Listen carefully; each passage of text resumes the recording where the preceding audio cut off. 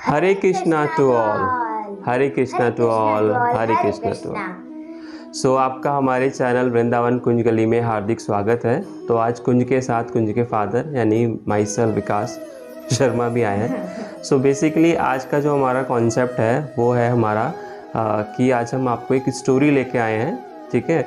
और ये स्टोरी आप लोग भी अपने बच्चों के साथ शेयर ज़रूर कीजिएगा। ये सनातन धर्म के विषय में और उसकी कहानियों के बारे में हमें ज़रूर अवगत रहना चाहिए और अवगत कराते भी रहना चाहिए। तो बेसिकली वृंदावन से हम जो आपके लिए आज स्टोरी लेके आए हैं वो राजा परीक्षित जी की कहानी है कि उनकी मृत्यु कैसे हुई। तो आज उसके विषय में हम आपसे डिस्कस करेंगे। उसके विषय में आपको हम बताएंगे कि कैसे उनकी मृत्यु हुई, ठीक है।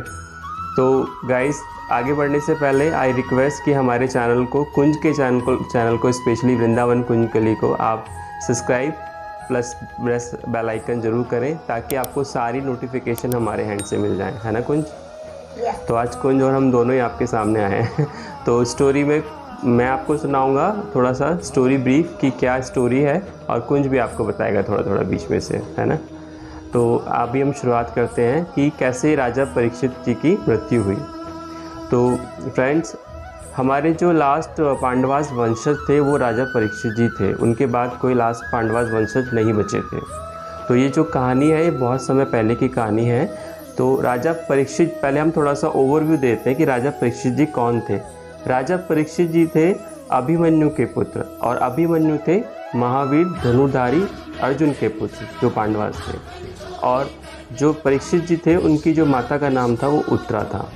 तो जब अभिमन्यु की के बाद जो लास्ट पांडवास थे तो ये वंशज थे वो राजा परीक्षित जी थे। तो काफ़ी समय पहले की बात है। पहले टाइम में क्या होता था कि मोस्टली सभी राजा अपना शिकार करने के लिए जंगल में जाया करते थे।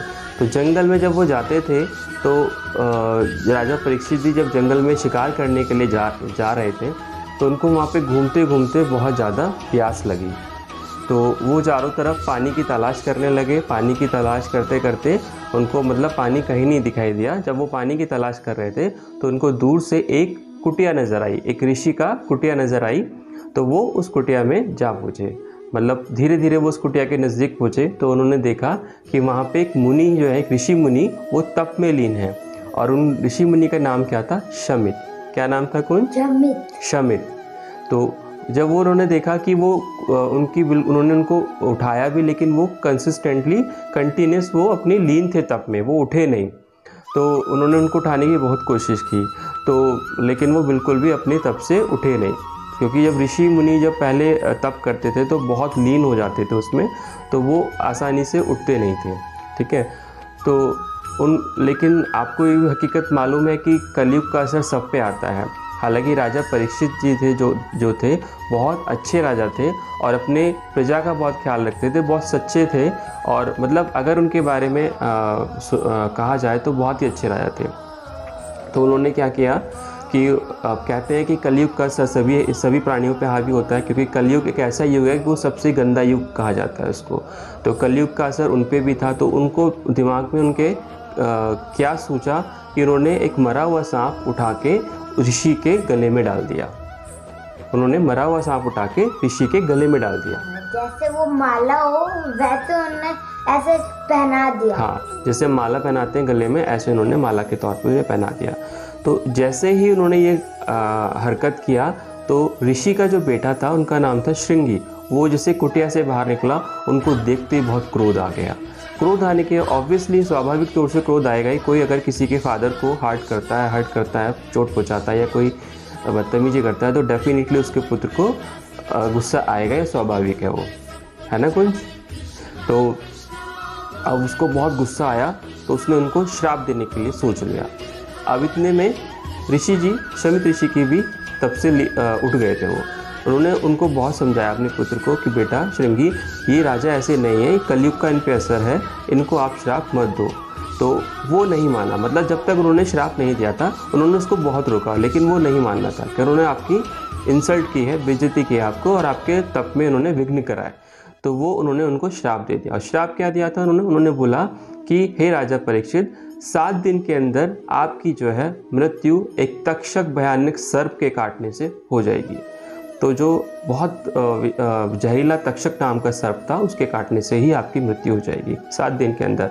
लेकिन जब वो श्राप राजा परीक्षित जी को मिला तो उनको कोई भी ऐसा मतलब उनका स्वभाव चेंज नहीं हुआ कि वो बहुत डर गए।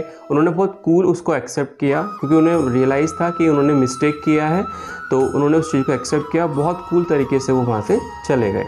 ठीक है। हालांकि ऋषि मुनि शमित ने बहुत समझाया था अपने पुत्र को श्रृंगी को, लेकिन वो बिल्कुल भी नहीं माने। तो जब राजा अपने महल में पहुंचे तो राजा ने सोचा कि अब मेरे पास 7 दिन बचे हैं। श्राप तो है ही, श्राप तो क्योंकि उस टाइम में क्या होता था, अगर श्राप दे दिया तो वो श्राप सफल ही होना है, वो उसको आप वापस नहीं ले सकते, वो ऐसा होना ही है। तो राजा के पास 7 दिन बचे थे, तो राजा ने निर्णय लिया कि मैं भागवतम सुनूंगा। अब जो मेरे 7 दिन बचे हैं, इन 7 दिन के अंदर मैं केवल भागवतम सुनूंगा। तो भागवतम भी जो उन्होंने सुनी वो सुनी सुखदेव स्वामी जी के मुख से। आपने ये भागवत अगर पढ़ी होगी आपने, तो उसमें सुखदेव जी का जो किस्सा आता है, हालांकि जो स्टोरी है ये हमने बहुत विस्तार रूप से स्टोरी है, लेकिन चैनल पे दिखाने के लिए यूट्यूब पे वीडियो बनाने के लिए हमने बहुत उसको समराइज़ किया है, छोटा बना के आपको दिखाया सुनाया है। तो सुखदेव जी के मुख से उन्होंने ये स्टोरी भागवतम पूरी सुनी 7 दिन तक। अब जब 7 दिन उन्होंने पूरा भागवतम सुन लिया तो अब उनका मृत्यु का दिन आ गया नज़दीक। तो जो वो तक्षक नाम का जो सर्प था वो कैसे उनके महल में पहुंचा, तो उसने क्या किया, उसने बहुत छोटा सा अपना एक कीड़े का रूप बना के उनकी फलों की टोकरी में बैठ गया, जो महल में फलों की टोकरी जा रही थी। अब जैसे ही राजा के पास फल पहुँचे, राजा ने फल खाना चाहा, तो फल जैसे ही उन्होंने उठाया तो वो जो तक्षक सर्प था वो अपने विशाल रूप में आ गया और उसने राजा को अपना विशाल रूप दिखा दिया। लेकिन यहाँ भी परीक्षित महाराज बिल्कुल भी नहीं घबराए। उन्हें पता था कि मेरी मृत्यु तो निश्चित है, और वैसे भी बहुत अच्छे इंसान थे। तो ऐसा करने के बाद उस तक्षक सर्प ने राजा को काट लिया और यहीं पे राजा परीक्षित जी की मृत्यु हो गई।